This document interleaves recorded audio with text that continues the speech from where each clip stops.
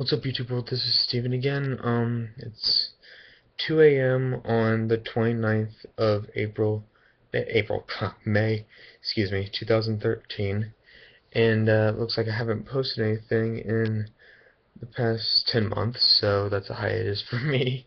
Um, I have been very busy with the schoolwork down at VCU, for fall and spring semesters, so I did manage to get a 3.2 GPA in both semesters, which is luckily the highest GPAs that I've had ever since I've been at VCU. So my cumulative jumped up from a 2.77 to a 2.91, which I'm pretty happy about. I would love to get a 3.0 though, because I'm coming up on my senior year, my last fall and spring semester until I graduate.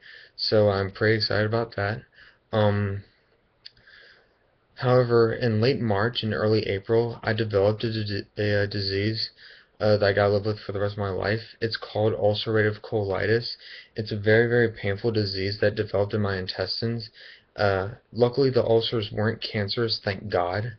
Uh, However, I lost more than 20% of my body weight in the 6 weeks that I've had it before my colonoscopy. I went from 150 pounds down to 115 pounds, and I was so weak that they actually had to wheel me to my bed to get my colonoscopy on that Wednesday. And they were actually scheduling me for Friday, but honestly, I was so weak that I wasn't even sure if I was gonna make it to Friday, unfortunately. But luckily, I'm in recovery right now. I'm currently 124 pounds, and that was last week. I'm going to be weighing myself tomorrow. Hopefully, I can get into about the upper 120s, excuse me, or low 130s. But yeah, unfortunately, I gotta give up a couple foods like anything with seeds in it, anything like any peanuts or anything like that. I gotta give that up because that could trigger it. Uh, some sauce-based foods like pizza. I probably can't eat pizza as often. I can probably still eat it, but probably not as often. But yeah, unfortunately, it's something I gotta live with for the rest of my life. And on another note, I also finished Domino Effect 4 Inferno over spring break. I got the front cover right here if you want to see that, and I'll also give you an overview as well. Domino Effect 4 Inferno.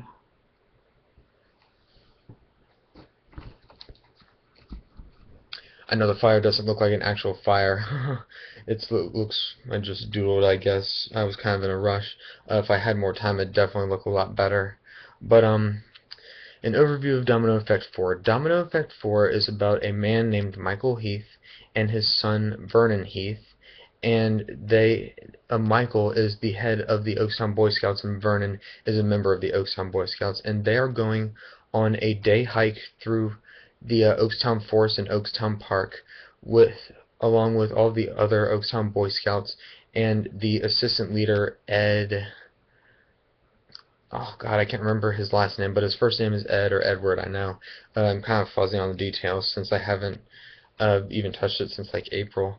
But yeah, they go on a day hike through the Oakstown Park woods, and then Michael has a premonition of the woods catching on fire and getting like caught on fire and like inferno and everything. But he tells all the Boy Scouts and Ed that like we gotta get out of here, we gotta get out of here. The woods are gonna catch on fire and we're all gonna die. And they all think he's like confused and crazy and everything, but they end up following him out of the woods, and sure enough, it actually does happen. The woods do catch on fire. Um, and the next day, this FBI agent, I think his name is Curtis White, and I can't really remember exactly, but his name is Curtis, I know.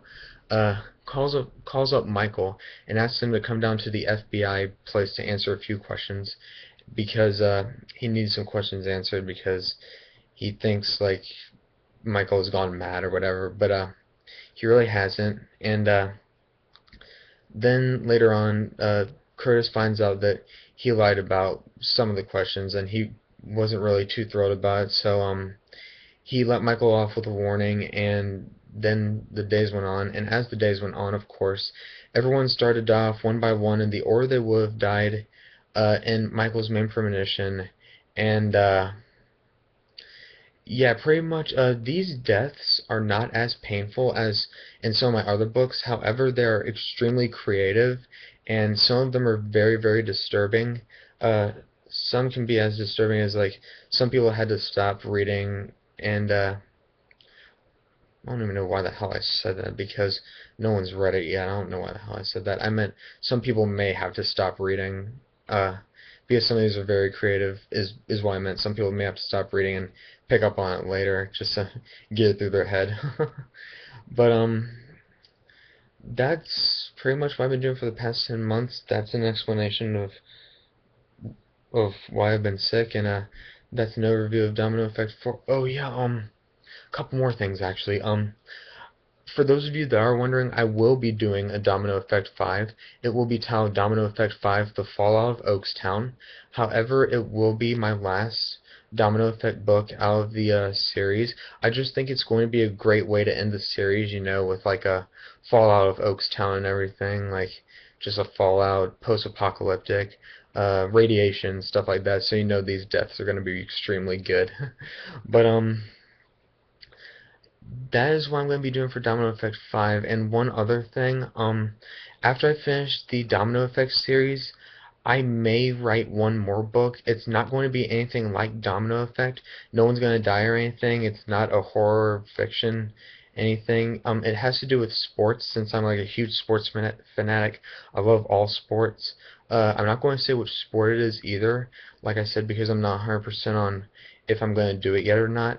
But I will keep y'all updated, hopefully, on whether I will be doing it or not, but I'm not 100% sure yet, so I don't really want to give any details or anything like that. But that's pretty much an overview of what's been happening for the past 10 months of my life. This is Steven signing out.